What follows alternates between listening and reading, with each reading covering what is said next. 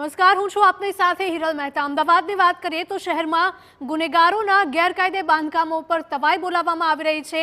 વધુ એક ગુનેગારના ગેરકાયદે મકાન પર બુલડોઝર ફરી વળ્યું। નરોડાના મુઠિયા ગામના કુખ્યાત બુટલેગારના દબાણ પર કાર્યવાહી કરવામાં આવી છે। 3 માળના ગેરકાયદે મકાન પર બુલડોઝર ફરી વળ્યું। કુખ્યાત બુટલેગર જયેશ ઉર્ફે જગો સોલંકીના મકાન પર બુલડોઝર ચાલ્યું હતું। आरोपी विरुद्ध नरोड़ा पोलीस स्टेशन में नोंधाया है 32 करता पण वधारे गुना।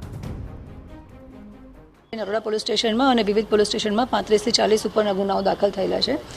આ ગુનાઓમાં જે માણસો સંડોવાયેલા છે, જે સંગઠિત ટોળકી છે, એમાં એના મેઇન પોતે 4 ભાઈઓ સાથેની પોતાની પ્રવૃત્તિ, બીજા એના મદદમાં છે, એ તમામ ઉપર આપણે કલમ 111(3) મુજબની કાર્યવાહી કરેલી છે। વિવિધ વારંવાર એના ઉપર પાસાની પણ કાર્યવાહી થયેલ છે, છતાં પણ એણે આ પ્રકારની પ્રવૃત્તિ ચાલુ જ રાખેલી હતી। આ પ્રકારની પ્રવૃત્તિથી ગેરકાયદેસર જે પ્રવૃત્તિઓ છે એનાથી એના બેંકના ટ્રાન્ઝેક્શન્સ જે આપણને મળ્યા છે પોલીસની તપાસ દરમિયાન, એ કરોડથી 1.5 કરોડ જેવા છે। કુખ્યાત બુટલેગર જયેશ વિરુદ્ધ પ્રોહિબિશન અંતર્ગત તેમજ પોલીસ પર હુમલો કરવાના પણ ગુના નોંધાયેલા છે।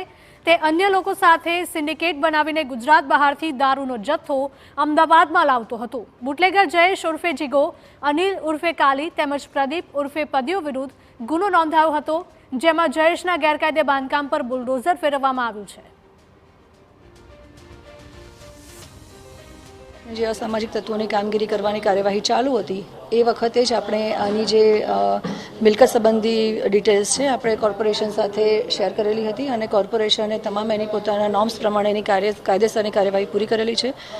ગઈકાલે નોટિસ પીરિયડ એનો પૂરો થતાં આજે આપણે અહીંયા એનો બુલડોઝરથી કાર્યવાહી કરી છે।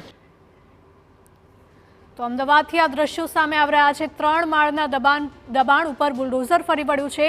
પોલીસ દ્વારા પણ યાદી તૈયાર કરવામાં આવી છે। જેટલા પણ અસામાજિક તત્વો હોય તેમના વિરોધમાં કાયદેસરની કાર્યવાહી થઈ રહી છે।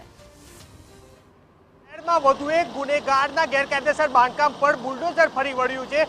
નરોડા ગામમાં આવેલા આ મુઠિયા ગામમાં કુખ્યાત બુટલેગરના ગેરકાયદેસર મકાનનું ડિમોલેશન કરવામાં આવી રહ્યું છે। દ્રશ્યો જોઈ શકાય છે કે જે 3 માળનું ગેરકાયદેસર મકાન અત્યારે હાલ તોડી પાડવામાં આવી રહ્યું છે। કુખ્યાત બુટલેગર જયેશ ઉર્ફે જીગો સોલંકીનું આ મકાન છે કે જે આ બુલડોઝર ફરી વળી રહ્યું છે।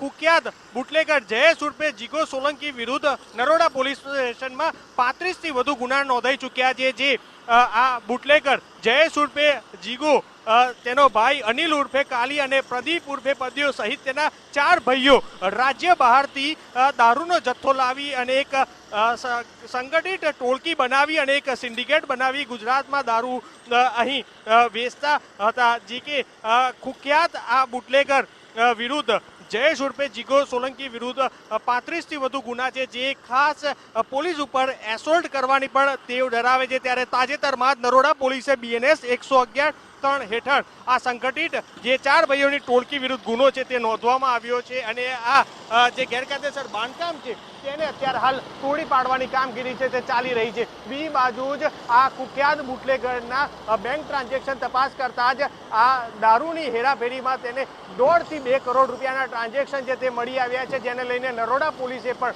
ઈડીને જાણ કરવામાં આવી છે। સાથે જ આ કુખ્યાત બુટલેગર જે 4 ભાઈઓ છે તેના અન્ય કયા ગેરકાયદેસર મકાનો તેને વસાવેલા છે કે જે ગેરકાયદેસર મિલકતો લીધી છે તેને લઈને પણ પોલીસે તપાસ શરૂ કરી છે।